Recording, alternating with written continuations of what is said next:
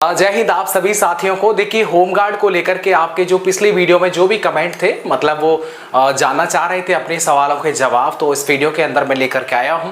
और साथ ही में रिजल्ट को लेकर के आपके जो सवाल बने हुए थे कि भैया रिजल्ट को लेकर के क्या कोई अपडेट है क्या। देखो अपडेट तो ऑफिशियली किसी अखबार में ऐसा कुछ नहीं आया है, वही था जो सितंबर में जो अंतिम परिणाम की बात हो रही थी, वो फाइनल रिजल्ट ना कि रिजल्ट की। तो रिजल्ट जो है आपको 15 जून के आसपास देखने को मिल जाएगा। ये जो 15 जून की जो मैं आपको संभावित तारीख जो आपको बता रहा हूं, ये जो है आपको पता होगा अंकित भाटी सर, तो उनके द्वारा भी जो 15 जून का जिक्र किया गया था। उसके बाद फिर आपने मुझे कमेंट किया, क्योंकि वो बहुत सीनियर हैं और बहुत जो है वो सक्षम है बहुत ज़्यादा जानकारी इकट्ठा प्राप्त करने में, तो उनकी बात को ही मैं बल देते हुए आपको इसकी एक संभावित तारीख का मैं जो है जिक्र कर रहा हूँ। अब आप देखिएगा, आप तो हम आगे चलते हैं, उससे पहले देखिएगा इस एक कमेंट है, इसको आप पढ़ लीजिएगा। और इन्होंने क्या कहा है कि जो फॉर्म अप्लाई करते समय जो भी डॉक्यूमेंट्स जो आपने लगाए थे वही वैलिड रहेंगे, ठीक है, चाहे वो कोई भी डॉक्यूमेंट क्यों ना हो। यानी कि जब आपने फॉर्म भरा था यूपी होमगार्ड का, उस टाइम पर कई सवाल आते हैं, सर ड्राइविंग लाइसेंस अब हमने बनवा लिया है तो क्या हम अब लगा सकते हैं डीबी के टाइम पर,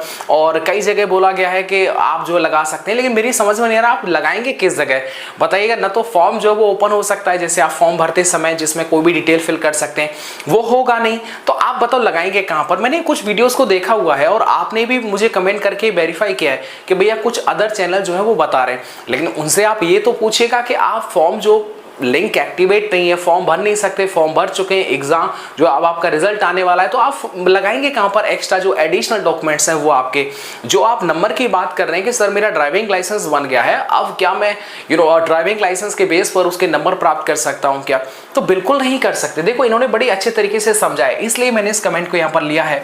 तो वो बोल रहे हैं कि जब ये फॉर्म अगर आपने भरते समय कुछ भी डॉक्यूमेंट लगाया हो, ड्राइविंग लाइसेंस, एनसीसी या फिर कास्ट सर्टिफिकेट या डोमिसाइल मार्कशीट जो भी लगाया है वही वैलिड होगा। अगर कोई मिस्टेक हुई है तो एफिडेविट लगने पर वो जो है वो मान्य हो जाएगा। केवल त्रुटि सुधार के लिए एफिडेविट वैलिड माना जाता है, बाकी डॉक्यूमेंट वही रहेंगे जो फॉर्म भरते समय जो है वो लगाए थे, ठीक है। सारी बातें एकदम क्लियर हैं। Is that clear? इनकी कमेंट से बहुत सारी चीजें क्लियर हो गई हैं, तो थैंक यू सो मच। इनका नाम ब्रजराज एंटरटेनमेंट करके है, तो थैंक यू। इनका मतलब कहने का साफ है कि भैया इस कमेंट के माध्यम से समझ में आता है कि फॉर्म भरते समय जो भी डॉक्यूमेंट्स आपने लगाए थे सिर्फ वही वैलिड होंगे। अब उसके बाद आपने बनवाए हैं उनको आप लगाएंगे, पहले बात तो कोई जगह ही नहीं लगाने की, यस ना। तो एफिडेविट त्रुटि सुधार के लिए होता है, कोई गलती हो गई है, नाम में मिस्टेक हो गया है, या फिर कोई रोल नंबर में मिस्टेक हो गया है, या फिर जाति प्रमाण पत्र या फिर निवास प्रमाण पत्र के रोल नंबर में आपने एंटर करते समय जो है वो गलती कर दी, तो उनके सुधार के लिए एफिडेविट होता है। लेकिन आप ऐसा नहीं कि आप जो है दूसरा ही जो जाति प्रमाण पत्र लगा रहे हैं, ड्राइविंग लाइसेंस वो लग ही नहीं सकता, वो माना ही नहीं जाएगा, ठीक है। चलेगा, अब मैं आपके कमेंट को लेता हूं। तो भैया की कमेंट को मैंने बड़ा अच्छा लगा तो इसलिए यहां पर रखा हुआ है। अब आप देखिएगा एक सवाल क्या है, ये IAM रवि इनका नाम है। भाई मेरा अपेंडिक्स का ऑपरेशन हुआ था, निशान काफी दिखता है, क्लियर, क्या मेडिकल में कोई दिक्कत होगा क्या? बिल्कुल नहीं होगा। आपके शरीर पर ये अपेंडिक्स से कोई निशान नहीं, किसी भी चोट का निशान हो, निशानों से कोई फर्क मेडिकल पर नहीं पड़ता है। तो क्लियर रवि भैया, एकदम टेंशन फ्री रहिएगा, आपका हो जाएगा, ठीक है। इसकी वजह से तो आप नहीं रुकेंगे। आप आगे देखिए मिस्टर यादव क्या बोलते हैं, सर मैं जब फॉर्म भरा था तो हाई स्कूल मार्कशीट का सीरियल नंबर गलत हो गया, इस वजह से कोई दिक्कत होगी क्या? अगर होगी तो उसका समाधान बताइए। देखिए इसका समाधान एफिडेविट आप बनवा लीजिएगा। सीरियल नंबर में मिस्टेक हो गया है, मतलब आपने जो मार्कशीट लगाई है उसी को जब आप डॉक्यूमेंट वेरिफिकेशन के टाइम पर दिखाना होगा, तो वहां पर एफिडेविट भी साथ में लगाना है, ताकि वो गलती जो आपने की है वो जानबूझ करके नहीं हुई है। एफिडेविट ये बताता है कि जो गलती हुई है वो भूलवश गलती हुई है, जानबूझ की गलती नहीं की गई है, और इसका सही क्या है आपने अगर उन्हें बता दिया, तो फिर आगे जो प्रोसेस जो आपके डॉक्यूमेंट चलेंगे वो आपके एफिडेविट या फिर जो सही जानकारी दी गई है उसी को चढ़ा करके आगे जो है डॉक्यूमेंट चलते हैं। यस, ऐसा नहीं कि गलती आपने मान लो गलती कर दिया है, डॉक्यूमेंट वेरिफिकेशन के टाइम पर उनको आपने बताया, अब वो गलती जो है वो आगे तक चलती रहे, तो फिर एफिडेविट एक जगह लग के फिर आगे तो माना नहीं जाएगा। तो इसलिए उस गलती को एफिडेविट के माध्यम से सुधार कर दिया जाता है डॉक्यूमेंट वेरिफिकेशन स्थल पर। क्लियर है?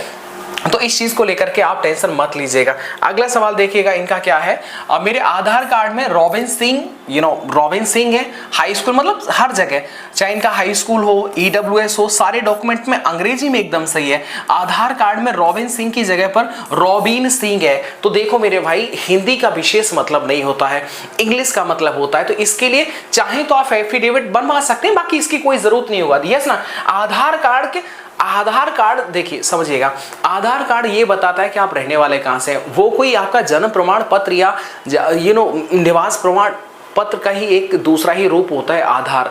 तो आप उसे ये नहीं बता सकते कि वो जन्म प्रमाण पत्र का जो स्वीकृति देगा। यस, तो आधार कार्ड में अगर हिंदी में ऐसा कुछ है तो कुछ भी नहीं होगा, चाहे तो बनवा लेना, बाकी कोई जरूरत नहीं है।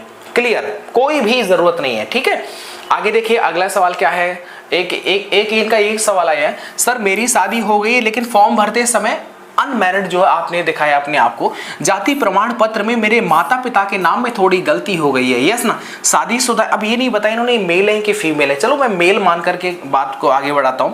तो जाति प्रमाण पत्र में मेरे माता पिता के नाम में थोड़ी गलती हुई है, मैं क्या करूं, वीडियो बना करके बता दो या फिर यहीं। देखो भाई, देखो सीधी बात है, अगर आपकी शादी हो गई है और आपने वहां पर अनमैरिड भरा है तो दिक्कत नहीं आएगा। क्या दिक्कत नहीं आएगा? जब आप नौकरी लग जाएंगे तो जब आपका रिक्रूटमेंट होगा, यस, जब आप डिपार्टमेंट में ट्रेनिंग के बाद जब आप जाएंगे तो वहां पर भी एक बार दोबारा से प्रोसेस होता है, तो वहां पर भी आप अपने एक्स्ट्रा डॉक्यूमेंट को लगा सकते हैं। ठीक, तो शादी वाला कोई मैटर नहीं होता। हाँ, जिसकी एक से ज्यादा बीबियां हैं उनको दिक्कत होता है, या कोर्ट केस चल रहा होता है उनको दिक्कत होता है। तो शादी आपने उसमें मेंशन की है या फिर नहीं की, इसका कोई विशेष कोई दिक्कत नहीं होगा। क्लियर है भैया, कोई भी दिक्कत नहीं होगा, ये बात आप समझिएगा। आगे देखिएगा, तो इसको लेकर के दिक्कत, अच्छा देखो, जाति प्रमाण पत्र में मेरे माँ बाप के नाम में थोड़ी गलती है तो उसके लिए एफिडेविट लग जाएगा। क्लियर है? तो अच्छा एक और चीज समझिएगा, आप चाहें तो उसको बता भी सकते हैं एफिडेविट में कि नाम की गलती के साथ में भी अविवाहित है, आप बता सकते हैं कि मेरा गलती से अविवाहित लिखा गया था और उसकी जगह मुझे विवाहित जो वो करना है, तो कर दीजिएगा, बाकी दिक्कत नहीं है। अब आप सोचेंगे कि अगर आपने अविवाहित लिख दिया तो आगे जो थोड़े बहुत जो भी बेनिफिट्स मिलेंगे वो नहीं मिल पाएंगे। नहीं, ऐसी बात नहीं है। डॉक्यूमेंट्स लगाने से आगे आपकी जो चीजें हैं वो विवाहित वाली कैटेगरी में ही काउंट की जाएंगी। ठीक है भैया। अब देखिए एक सवाल और देखिएगा, एक्चुअली में काफी ज्यादा सवाल आए हुए थे तो उनमें से मैंने कुछ ले लिए हैं 10-12 और इन पर ही मैं अपनी बात क्लियर करता हूं। देखिए आदर्श क्या पूछते हैं, सर ईडब्ल्यूएस में लेखपाल से गलती हो गई है, उन्होंने 2024-25 लिख दिया था जबकि 2025 और 26 होना चाहिए था। ठीक है, वो मैंने अपने हाथ से 2025-26 कर दिया है, कोई दिक्कत तो नहीं होगी। देखिएगा पहली बात तो जब वो 2024-25 वहां पर लिखा हुआ आ रहा था, ठीक है, और आपने अपने हाथ से मतलब ओवर राइटिंग किया होगा, उस पर पेन चलाया होगा, कुछ किया होगा, जो कि ठीक नहीं होता है। अगर 2024-25 लिखा है कोई दिक्कत नहीं, लेकिन इसका एक जवाब है। अगर वो पूछते हैं कि ये क्या लिखा हुआ है, क्या, देखो एक और चीज देखो, सिर्फ 2024-25 लिखने से बात नहीं बनता है, आपका जो ईडब्ल्यूएस सर्टिफिकेट नंबर होता है ना, वो भी वहां पर चेक किया जाता है, तो वो बताता है, ऑनलाइन रिकॉर्ड भी दिखाता है कि ये कब बना हुआ, किस तारीख का बना हुआ है, तो वहां से वो स्थिति जो डाउट वाली स्थिति है वो भी क्लियर हो जाएगी। क्लियर है भैया? तो इसको लेकर के ज्यादा आप चिंता मत करना कि 2024-25 के 2025-26 लिख दिया है, ऐसा कुछ जो है कोई दिक्कत आएगा क्या? आप उनको बता सकते हैं कि जब ये मैंने बनवाया था तो उस टाइम पर इस तरह से लिखा आया था, अब दोबारा बन नहीं सकता, तो इसीलिए जो है वो लेखपाल साहब ने जो अपने स्तर से ही वो ये वाला डेट डालते हैं जो आपने लिखा है 25-26 उस पर लिख दिया है बस। बाकी फिर भी वो ऑनलाइन चेक करेंगे, तो ऑनलाइन चेक में आपका 2025-26 ही निकलेगा, तो उसको दिक्कत नहीं करना। लेकिन आपको ये नहीं कहना कि मैंने लिखा है, ठीक है? इस तरह के डॉक्यूमेंट्स पर आप ये क्लेम नहीं कर सकते कि मैंने लिखा है। बात याद रखना, लेखपाल ने लिखा है, और दूसरी बात जब वो खुद चेक करेंगे तो आपका डॉक्यूमेंट रियल पाया जाएगा। ठीक है भैया? लेकिन 1 अप्रैल 2025 से पहले का ना हो, इस चीज का भी ध्यान रखना आपको। आगे देखिएगा, अगले और रामू क्या पूछ रहे हैं, रामू जो कोरी हैं वो पूछ रहे हैं, इनका सवाल क्या है वो आप देखिएगा। मैंने आंसर बुकलेट नंबर में गोला गलत भर दिया है। सर जी देखो एकदम सैड है, तो रामू भैया कोई दिक्कत नहीं, अगर आपने गोला है गलत भर दिया है तो दिक्कत नहीं है, ठीक है, कोई दिक्कत, क्योंकि आपने नंबर तो सही डाला है ना, फिर आपका नाम भी होगा, तो सिर्फ गोला या नंबर, सिर्फ इन दोनों एक चीज से बात नहीं बनती है, कॉपी कई लेवल से चेक होती है अलग अलग से। अगर ऐसी कोई कंफ्यूजन आती है, जैसे मान लीजिएगा अगर आप वहां भर्ती सेंटर पर जाएंगे तो क्या आपका अगर मैच आपके आधार कार्ड से मैच नहीं हो रहा तो क्या आपको बाहर निकाल दिया जाएगा? नहीं, दूसरी चीजें भी चेक की जाएंगी। यस ना? तो इसलिए रियल इंसान के लिए अगर त्रुटि है तो कोई दिक्कत वाली बात नहीं है, फर्जी के लिए दिक्कत होता है। आपकी कॉपी भी चेक होगी और आपका रिजल्ट भी आएगा। आगे देखिएगा, एक है पंकज करके इनका सवाल है, तो इनका सवाल क्या है वो आप देखिएगा। सर मेरे हाथ में पसीना होता है, मतलब होता है ना किसी किसी के हाथ में पसीना होता है, तो अब क्या करना होगा। अब देखो पसीना की एक ऐसी चीजें होती है ना, इतनी जल्दी जाती नहीं, जैसे कलर विजन होता है वैसे ही पसीना वाला सिस्टम होता है। अब मेरे भी हाथ में पसीना से थोड़ा आ जाता है, तो पसीना को लेकर के दिक्कत नहीं होगा। क्या पसीना को लेकर के दिक्कत नहीं होगा। ये कोई जीडी का मेडिकल नहीं है और ना ही एयरफोर्स का है ना ही नेवी का है जो पसीना को लेकर के आपको डिस्क्वालीफाई कर दिया जाए। क्लियर है भाई।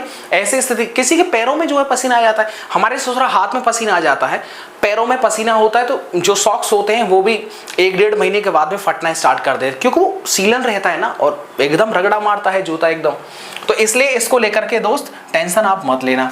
अगला